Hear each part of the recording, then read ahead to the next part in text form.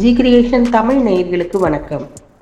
இன்றைய நாள் எப்படி இருக்கும் பகுதியில் இன்று ஜூன் மாதம் 5ஆம் தேதி வெள்ளிக்கிழமை. ரிஷப மாதம், வசந்த ருது, உத்தராயண காலம், பராபவ ஆண்டு, வைகாசி மாசம் 22ஆம் நாள். இன்று திருவோண நட்சத்திரம், அதாவது உலக சுற்றுச்சூழல் தினமும் இன்றுதான். நல்ல நேரம் என்று பார்த்தோமானால் காலை 9:30 முதல் 10:30 வரை, மாலை 4:30 முதல் 5:30 வரை. கௌரி நல்ல நேரம் காலை 12:30 முதல் 1:30 வரை, மாலை 6:30 முதல் 7:30 வரை. இன்றைக்கான ராகு காலம் காலை 10:30 மணி முதல் 12 மணி வரை. இன்றைக்கான குளிகை 7:30 மணி முதல் 9 மணி வரை. இன்றைக்கான யமகண்டம் மதியம் 3 முதல் 4:30 வரை. சூலம் மேற்கு சூலம், பரிகாரம் வெள்ளம். ரிஷப லக்கணம், இருப்பு 1 நாழிகை 32 வினாடி. இன்றைய சூரிய உதயம் 5:52. இன்றைய திதி காலை 10:45 வரை பஞ்சமி, அதன் பின்பு ஷஷ்டி திதி.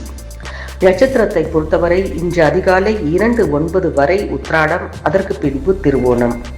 இன்றைய யோகத்தை பார்த்தோமானால் காலை 5:51 வரை சித்தயோகம், அதன் பின்பு மரண யோகம்.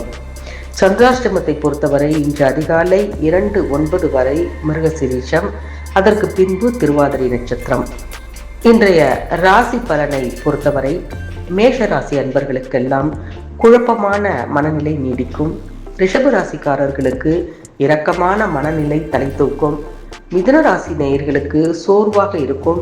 கடகராசி என்பர்களுக்கு கவலைகள் அதிகம் தெரியக்கூடிய ஒரு நாள். சிம்ம ராசிக்காரர்களை பொறுத்தவரை இன்பம் அதிகரிக்கக்கூடிய ஒரு நாள். கன்னி ராசியை பொறுத்தவரை துணிவு அதிகரிக்கக்கூடிய ஒரு நாள். துலாம் ராசியை பொறுத்தவரை வேதனையான ஒரு நாள். விருச்சக ராசிக்காரர்களை பொறுத்தவரை ஆதாயம் கிடைக்கக்கூடிய ஒரு நாள். தனுசு ராசிக்காரர்களை பொறுத்தவரை அனுகூலமான நாள்.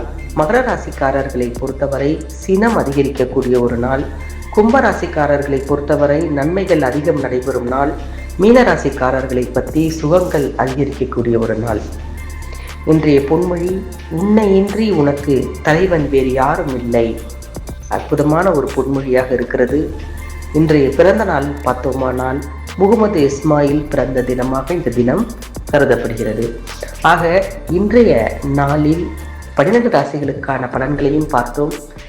உலகையும் பரவியிருக்க தமிழ் அன்பர்களுக்கு இந்த நாட்காட்டி, இந்த நாளைய பற்றிய குறிப்புகள் பயனுள்ளதாக இருக்கும் என்று நினைக்கிறோம். மீண்டும் நாளைய நாள் எப்படி இருக்கிறது என்று பார்க்கும் பகுதியில் சந்திப்போம். நன்றி, வணக்கம்.